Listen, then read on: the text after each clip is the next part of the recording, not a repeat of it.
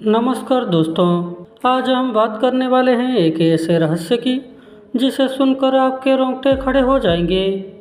क्या भविष्य मालिका में लिखी बातों अब एक एक करके सच हो रही हैं? महापुरुष अच्युतानंद दास ने हजारों साल पहले संकेत दिए थे कि जब प्रकृति अपने नियम बदलने लगेगी तब समझ लेना सत्युग की आहट शुरू हो चुकी है। मालिका में लिखा है कि जब बिना मौसम आम के पेड़ों में फल और फूल एक साथ आएंगे तब युग परिवर्तन का समय निकट होगा। दोस्तों, आज हम देख रहे हैं कि कई जगहों पर आम के पेड़ साल भर फल दे रहे हैं। बरसात के मौसम में भी आम के पेड़ों पर बोर आ रहे हैं। सहजन, नीम और अन्य वृक्ष भी अपने प्राकृतिक समय से अलग फल फूल दे रहे हैं। तो इस संकेत को हम क्या समझेंगे? यह वही संकेत है जो आज से हजारों वर्ष पूर्व उड़ीसा के संत अच्युतानंद जी ने अपनी किताब भविष्य मालिका में बताई थी, जो कि आज एक एक करके सच होते जा रही है।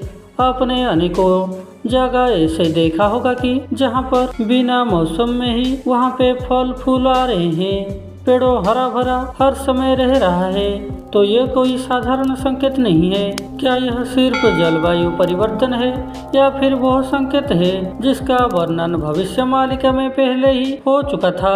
अच्युतानंद जी ने कहा था कि जब धरती पर अकाल, सूखा, भूख और अशांति बढ़ेगी, जब लोग अन्न के लिए तरसेंगे, जब अमीर भी दान के लिए मोहताज होंगे, तब समझ जाना कि कलयुग का भार अपने चरम पर है। आज आप देख सकते हैं कि कैसे भूख के वजह से अनेक लोग रास्ते पर आ रहे हैं। अफ्रीका में ऐसा सिचुएशन है कि वहाँ पे लोग मिट्टी खा रहे हैं। अगर हमारी भारत देश की बात करेंगे, भारत के ऐसे अनेकों राज्य हैं जहाँ पर भूख की कई समस्या है। वहाँ के लोगों को 2 वक्त की रोटी मिलना भी नसीब नहीं हो रही है। जहाँ जून के महीनों में बारिश लगभग आ जाना चाहिए था, वहाँ पे सूखा पड़ा है। सदर्न इंडिया में जो मौसम बारिश लेकर आता है, वहाँ पे वो मौसम जा चुका है। सारे भारतवर्ष में यह चिंता है कि इस साल अच्छी बारिश होगा कि नहीं। अगर बारिश नहीं होता है तो उनका फसल को क्या होगा? अगर अच्छी फसल नहीं होगा तो भूख की ऐसी संकट आएंगे जो कि समग्र भारतवर्ष को बर्बाद कर देंगे। मालिका में यह भी लिखा है कि 135 करोड़ जीवों की परीक्षा का समय आएगा।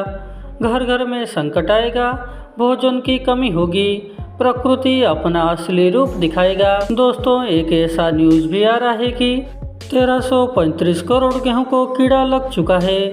आपने ऐसा न्यूज़ में अवश्य देखा होगा। आप एक बार सोचिए कि अगर इतने सारा गेहूं एक साथ कीड़ा लग जा रहा है तो इसका मतलब क्या हो सकता है? क्या यह कोई भगवान की परीक्षा है जो महाप्रभु जगन्नाथ जी हमसे ले रहे हैं? इतने सारे सरकारी सुविधा के बावजूद 1335 करोड़ गेहूं एक साथ कीड़े लगना यह कोई साधारण बात नहीं है। ऐसा भी मालिका में बताया गया है कि सतयुग में मनुष्य को मेहनत से ज़्यादा भक्ति का महत्व होगा। लेकिन डरने की बात नहीं है, क्योंकि हर विनाश के बाद एक नई शुरुआत होती है। सतयुग का प्रवेश धीरे धीरे हो रहा है। पहले प्रकृति बदलेगी, फिर मनुष्य की सोच बदलेगी, फिर धर्म का पुनर्जन्म होगा। हमारा मकसद यह बात आपको बता करके आपको डराना नहीं है। हम बस यह चाह रहे हैं कि आप उस सत्य को समझें और जागरूक हो जाइए, क्योंकि जो परिवर्तन आने वाला है उसके साथ हमें चलना होगा। ऐसा भी मालिका में बताया गया है कि सतयुग में मनुष्यों को मेहनत से ज़्यादा भक्ति का महत्व होगा।